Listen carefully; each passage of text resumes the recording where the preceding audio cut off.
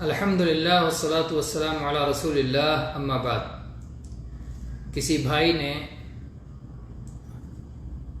ایک پوسٹ پر کمنٹ کرتے ہوئے یہ لکھا کہ اللہ کا کوئی روپ نہیں ہے۔ یہ ایسی بات تھی کہ جس پر تنبیہ کی ضرورت تھی، تو ہم نے سوچا کہ یہ بیان کر دینا بہت ضروری ہے۔ بہت سارے لوگ نہ جاننے کی بنا پر اللہ تبارک و تعالیٰ کے بارے میں ایسی باتیں کہتے ہیں جو کہ دین اسلام کی تعلیم کے خلاف ہے، اللہ تعالیٰ کے بتانے کے خلاف ہے۔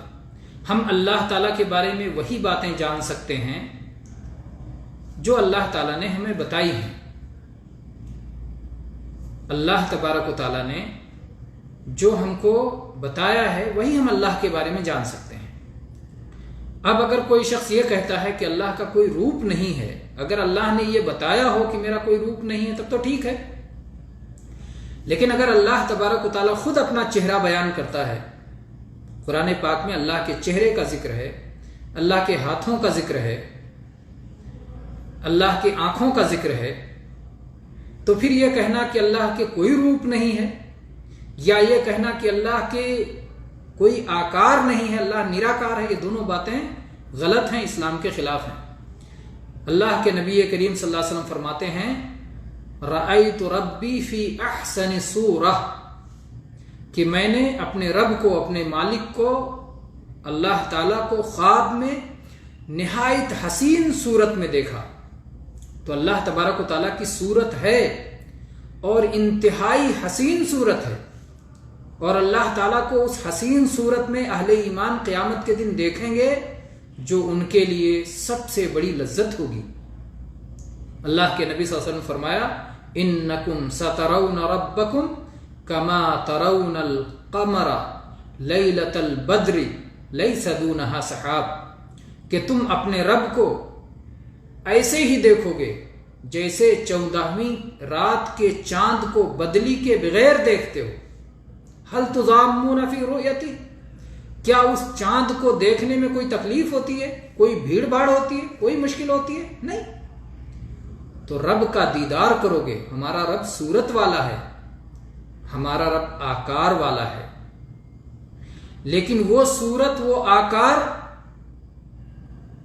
اس صورت اور اس آکار جیسی کوئی اور صورت نہیں، کوئی اور آکار نہیں۔ لیس کمثلہ شیء وَهُوَ السَّمِيعُ الْعَلِيمُ، اللہ جیسے کوئی چیز نہیں، اور وہ سننے والا ہے، دیکھنے والا ہے۔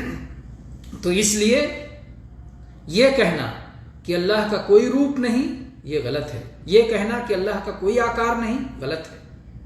اللہ تبارک و تعالیٰ کا روپ ہے، اللہ تبارک و تعالیٰ کا آکار ہے، اللہ تبارک و تعالیٰ کی صورت ہے، اللہ تبارک و تعالیٰ انتہائی حسین ہے، سب سے زیادہ خوبصورت ہے۔ دنیا میں جتنا حسن، جتنا جمال، جتنی خوبصورتی ہے، سب اللہ کی پیدا کی ہوئی ہے۔ اللہ ساری خوبصورتیوں کا پیدا کرنے والا ہے، سب سے زیادہ حسین اور خوبصورت ہے۔ اس لیے کہنا کہ اللہ کی کوئی صورت نہیں، اللہ کا کوئی آکار نہیں،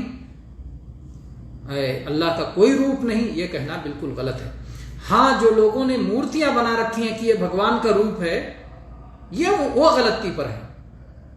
کوئی یہ کہے کہ فلاں مورتی بھگوان کے روپ میں ہے، اور فلاں بھگوان کے روپ میں ہے، اور فلاں انسان بھگوان کے روپ میں ہے، فلاں جانور بھگوان کے روپ میں ہے، فلاں پہاڑ بھگوان کے روپ میں ہے، تو وَلَمْ يَكُنْ لَهُ كُفُوًا أَحَدٌ، اس کے جیسا کوئی نہیں، اس کے برابر کوئی نہیں، کوئی چیز اس کے روپ میں نہیں، کوئی اس کے شکل میں نہیں، لَيْسَ كَمِثْلِهِ شَيْءٌ۔ تو اس لیے جو لوگ یہ کہتے ہیں کہ اللہ کا کوئی روپ نہیں وہ بھی غلطی پر ہیں، جو اللہ کا روپ بناتے ہیں وہ بھی غلطی پر ہیں، کیونکہ کسی نے